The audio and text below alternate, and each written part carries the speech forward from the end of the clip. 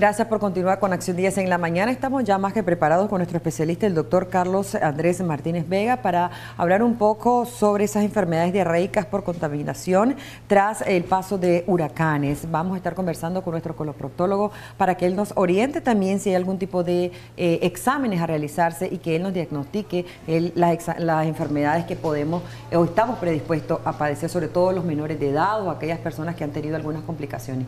Doctor, gracias por acompañarnos.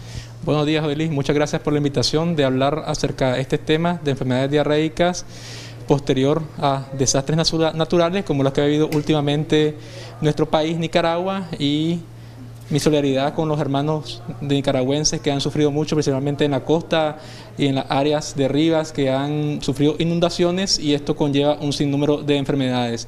También quiero aprovechar para felicitarlos a ustedes la gran labor que han hecho, ¿verdad?, tanto periodística como humanística, en recaudar fondos para ayudar a las personas más vulnerables en estos momentos. Las enfermedades diarreicas posterior a los huracanes es muy frecuente, Odili.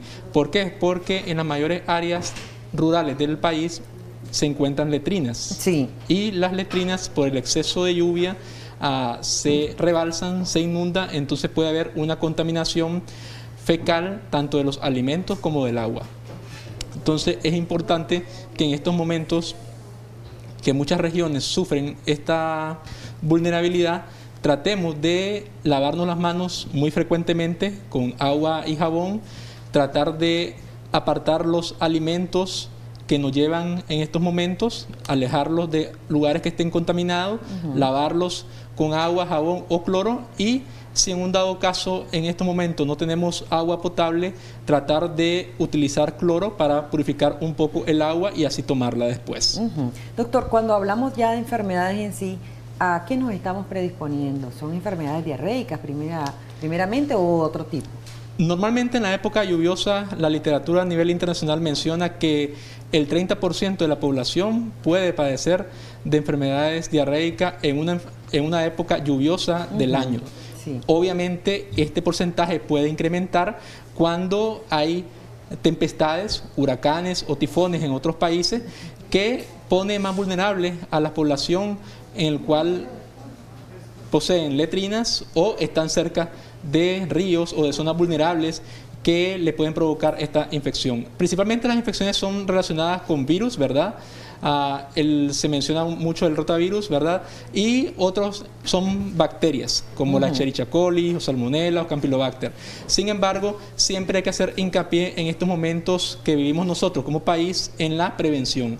Recordar siempre que la prevención es lo más importante para evitar cualquier complicación en cualquier enfermedad. Y algo muy importante es detectar tempranamente el inicio de una enfermedad diarreica. Según la Organización Mundial de la Salud, en estos momentos vulnerables de cualquier país, los afectados mayormente son los adultos mayores, es decir, nuestros ancianos o los niños menores de 5 años. Por tal razón, si usted observa que un miembro de su hogar en esos extremos de la vida inicia con cuadro diarreico, es decir, múltiples deposiciones al día, más de 5 deposiciones y que sean líquidas asociadas a fiebre, hay que evitar la deshidratación dándole suero oral. Por eso es que muchas personas que han estado organizando ayuda para las comunidades más vulnerables han solicitado mucho suero oral, a otros medicamentos para combatir las diarreas, para tratar de evitar estas complicaciones que puede desarrollar una diarrea aguda. Doctor, todo lo que tiene que ver con bacterias también podría acá puntualizarse, tiene que ver mucho, usted ya decía, sobre el consumo de agua contaminada, tiene que ver también cómo nosotros estamos tratando a esos pacientitos o a esos pacientes que ya están predispuestos a padecer de este tipo de enfermedades, pero una vez que está con alguna sintomatología, ¿qué tipo de exámenes pueden realizarle a estas personas o que también no hacer? Cuando un país sufre un desastre, ¿verdad?, natural, como el que hemos vivido nosotros en las últimas semanas, obviamente nosotros como médicos diagnosticamos con la clínica del paciente. Sí. Es decir, no mandamos algún tipo de examen, nos basamos en el contexto epidemiológico que tiene la población en el sitio y en el contexto clínico de la persona. Sí. Es decir, examinamos muy exhaustivamente a la persona a ver si está deshidratado, si tiene cómo está su frecuencia cardíaca, a ver si ha presentado fiebre, y en base de los síntomas y signos que posee el paciente, así va a ser el diagnóstico. Esto cambia, ¿verdad?, obviamente en diferentes comunidades. Y ahorita obviamente tenemos las limitantes, los médicos que van a asistir a esas comunidades lejanas a brindar consulta, sí, de tener un laboratorio al alcance de ellos. Por eso es importante el diagnóstico clínico que realizamos los médicos in situ, es decir, en el campo. Ok, recomendaciones, porque también, además de lo que usted decía, el problema de diarreas y eso, está latente la pandemia, que aún nosotros estamos expuestos. Es correcto, Dili. No solamente la pandemia está latente. Hay que recordar siempre lo que hemos venido diciendo los diversos médicos, que mantener el distanciamiento físico, es decir, 2 traveses a 3 traveses de dedo, de brazos, perdón, sí, sí, a utilizar mascarilla siempre en lugares cerrados, no tocarse la cara, no tocarse los ojos, no tocarse la nariz, que son los puntos de entrada del coronavirus. Y además de la pandemia, entra en riesgo ahora que en Nicaragua puede desarrollarse el dengue, leptospirosis, ¿verdad? Otras enfermedades que son muy comunes cuando suceden estos desastres naturales. Hay muchos zancudos y eso atrae también otro tipo de enfermedades. Es correcto, muchos zancudos, y en dependencia de las regiones así va a ser la susceptibilidad de la población. Sin embargo, hay que recalcarle al amigo televidente de Acción 10 en la mañana que la prevención es fundamental.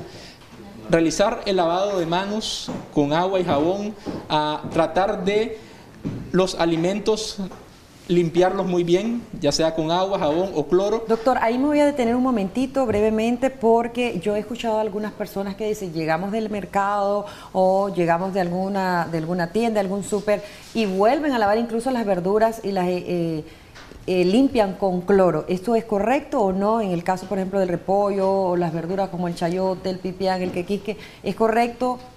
Claro que se pueden lavar las verduras perfectamente al llegar, ya sea al supermercado o al llegar del mercado. Es importante lavarlos.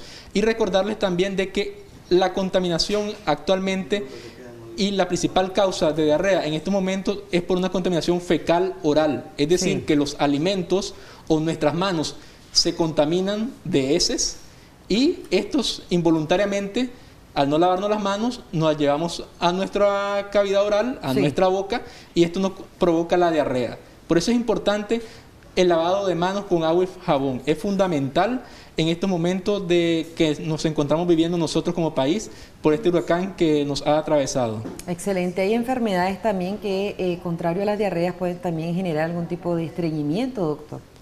Claro, hay algunas enfermedades que pueden provocar estreñimiento, ¿verdad?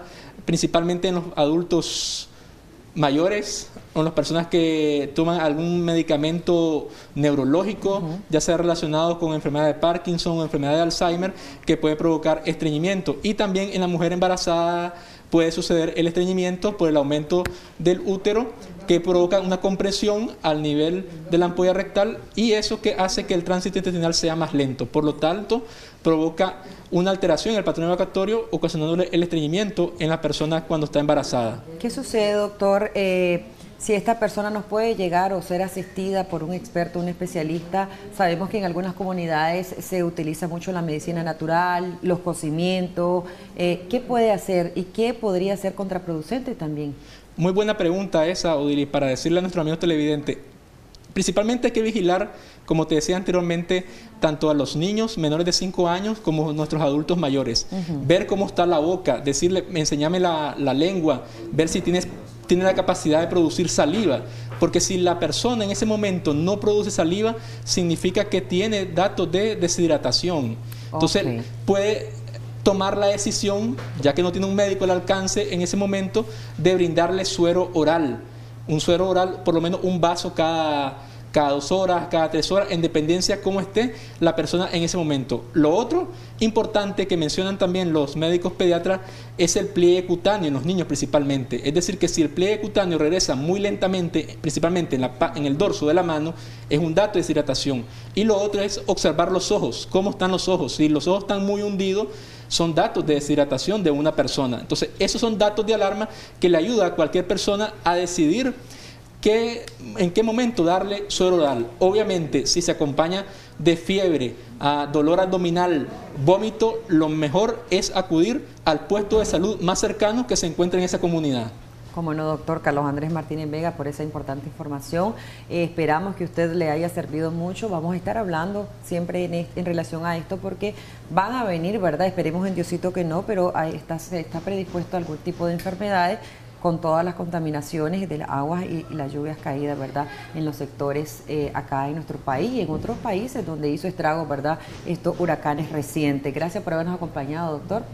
Muchas gracias, Odilis, por la invitación y recordarle nada más a nuestro amigo televidente, las medidas higiénicas son importantes, no olvidemos que estamos en una pandemia, continuemos protegiéndonos, utilizando las mascarillas, careta facial, lavándonos las manos y manteniendo el distanciamiento físico. Gracias, doctor. Hacemos una breve pausa comercial y enseguida nosotros regresamos con más aquí en Acción 10 en la mañana.